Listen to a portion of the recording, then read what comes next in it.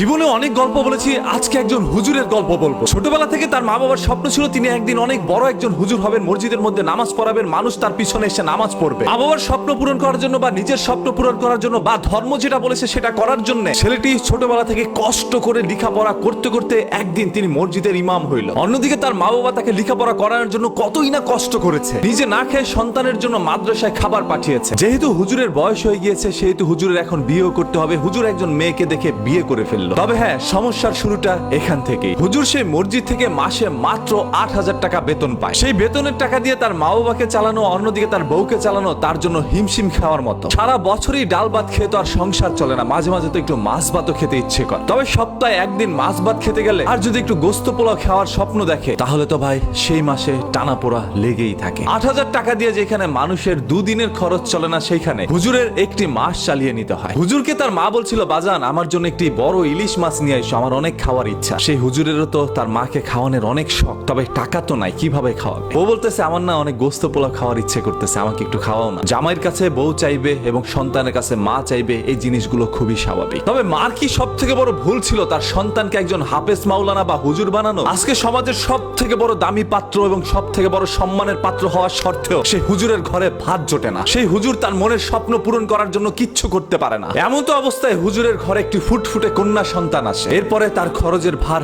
আরো বেড়ে গেল। সে ৮,০০০ টাকা বেতন পেয়ে হুজুর সব দিকে সামলাতে পারছিল না। বছর দুয়েক না কাটতে তার ঘরে আরো একটি ফুটফুটে কন্যা সন্তান আসে। দুইটি কন্যা সন্তানের বাবা হওয়ার পরে হুজুরের খরচ বা ব্যয় আরো তীব্র পরিমাণ বেড়ে যায়। তার মা বাবার অন্যদিকে বয়স হওয়ার কারণে তারা বৃদ্ধ হয়ে যায়। এখন তারাও কাজকাম করতে পারছে না, সবাই তাকিয়ে আছে এই হুজুরের দিকে। হুজুর কয় দিকে সামলাবে? তার বেতন তো ৮,০০০ টাকা। খাবারের দাম বাড়তে থাকে, ঘর ভাড়া বাড়তে থাকে, বিদ্যুৎ বিল, গ্যাস বিল সবকিছু বেড়ে যায়। তবে হুজুরের বেতন বাড়ে না। হুজুর যেহেতু বেতনে চাকরি করে না, হুজুর হাদিয়ায় চাকরি করে, সেহেতু মানুষকে বলতেও পারে না আমার বেতনটা একটু বাড়িয়ে দেন। তিনি তো হাদিয়া নেন, মানুষ খুশি হয়ে যায় দেয়, সেটা নিয়েই তিনি চুপ করে বসে থাকে। একদিন হুজুরের যখন দেয়ালে পিঠ ঠেকে যায়, হুজুর আর পারছিল না ৮,০০০ টাকা বেতন পেয়ে, তখন মসজিদের সকল মানুষগুলোকে নিয়ে তিনি একটু আলাপ আলোচনা করে। সবার কাছে তিনি একটি দাবি জানায়, আপনারা আমাকে আর কিছু টাকা বাড়িয়ে দেন। সবাই বলছিল, দেখেন ভাই, সবার এই ২-১০০ টাকা দিতেই অনেক সমস্যা হয়, আমরা কিভাবে এত টাকা দিব? আর মানুষের কাছে চাইলেও তো মানুষ দেয় না। সেই মসজিদের মধ্যে সভাপতি পোতারা পারে না হুজুরের ২ টাকা বেতন বাড়ায় দিতে। অথচ সভাপতি বানানো হয়েছে সেই সকল মানুষগুলোকে যারা সমাজের মধ্যে সব থেকে কলঙ্কিত এবং লুচ্চা মানুষ, যাদেরকে মানুষ সহ্য করতে পারে না, যাদেরকে মানুষ দেখতে পারে না, যারা মানুষের টাকা আত্মসাৎ করে মানুষের পেটে লাথি মেরে নিজের ধন দৌলত বাড়াইছে। তিনি চাইলে পারত হুজুরের বেতন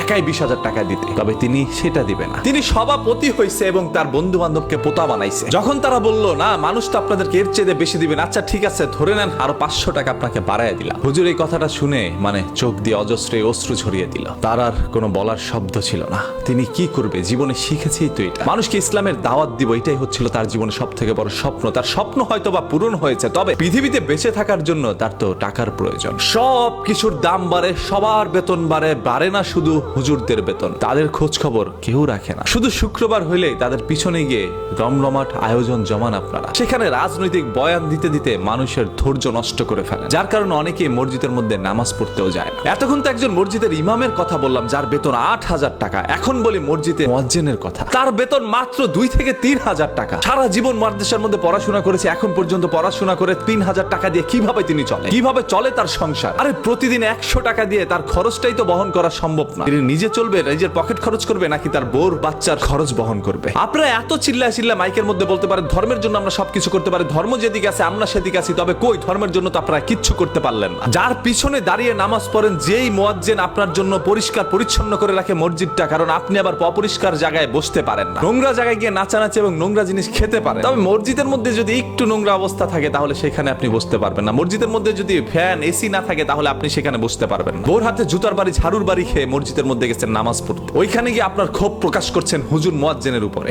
আর কতদিন তারা এইভাবে লাঞ্ছিত বঞ্চিত হবে আপনাদের কাছে? এই সকল সমাজের অমানুষ কুলাঙ্গার গুলোকে চিহ্নিত করো, এদেরকে মসজিদের সভাপতি পোতা বানায়েন না। মসজিদের মধ্যে কোনো সভাপতির দরকার নাই, হুজুর থাকলেই যথেষ্ট। যিনি সমাজের সব থেকে বড় সম্মানের পাত্র, তার ঘরে ঘরে গিয়ে টাকা তুলতে হবে না। প্রত্যেক মাসের বেতন হুজুরকে মসজিদের মধ্যে গিয়ে আপনারা দিয়ে আসবেন। এটা হুজুরের জন্য নয়, অন্তত পক্ষে ধর্মের জন্য করেন, নিজের স্বার্থের জন্য করেন। কারণ জীবনে তো নামাজ পড়তে যে সকল সূরার প্রয়োজন হয়, নামাজ কয় রাকাত সেটা জানার জন্য একজন হুজুরকে প্রয়োজন হয়, সেহেতু আপনার এই সকল জানার জন্য আপনার নিজের স্বার্থের জন্য হইলো হুজুরকে কিছুটা টাকা দিয়ে সাহায্য করে দিয়ে আসে। এরা চক্ষু লজ্জার কারণে মুখ খুলে আপনার কাছে টাকা চাইতে পারে না। এরা হাসি দিয়ে বলে আলহামদুলিল্লাহ ভালো আছে। এরা কতটুকু ভালো আছে একটু গভীর ভাবে খোঁজ খবর নিয়ে দেখেন, হয়তো হয়তোবা আপনার চোখ থেকেও অশ্রু ঝরতে পারে। আমি একজন মহাজ্জিনকে জিজ্ঞেস করেছিলাম, ভাই আপনি কত টাকা বেতন পান? সে আমাকে উত্তর দিল 2500 থেকে 3000 টাকা। এবং এইখান থেকে টাকা জমিয়ে জমিয়ে তার একটি স্বপ্ন, একদিন নিজে একটি মসজিদ বানাবে, সেই মসজিদের ইমাম হবে তিনি। তাদের সেই ইচ্ছে শক্তির কাছে পৃথিবীর সকল ইচ্ছে শক্তি হার মানবে। যেখানে আপনারা লক্ষ লক্ষ কোটি টাকা ইনকাম করে একটি মসজিদ দেওয়ার স্বপ্ন দেখতে পারেন না, বা স্বপ্ন দেখলে সেটা বাস্তবায়ন করতে পারেন না, সেইখানে 2500 থেকে 3000 টাকা বেতন পেয়ে তিনি একটি মসজিদ দিবে বলে ইচ্ছা পোষণ করেছে। আলহামদুলিল্লাহ। সর্বশেষ দাবি বা কথা অনুরোধ আপনাদের কাছে একটাই, প্লিজ অন্ততপক্ষে হুজুরদের কাছে গিয়ে তাদের মাসিক খরচটা দিয়ে আসবেন। একটু চেষ্টা করবেন সবকিছুর যেহেতু দাম বেড়েছে, হুজুরদেরকেও একটু বেশি টাকা দেওয়া। তাদের সংসারও, তাদের বাচ্চা কাচ্চারা তার দিকে তাকিয়ে আছে, তার মা বাবারা তার দিকে তাকিয়ে আছে, তার বউ তার দিকে তাকিয়ে আছে, এবং তাদের একটি ভবিষ্যৎ রয়েছে। সবকিছু চিন্তা ভাবনা করে একটু তাদের পাশে দাঁড়ান।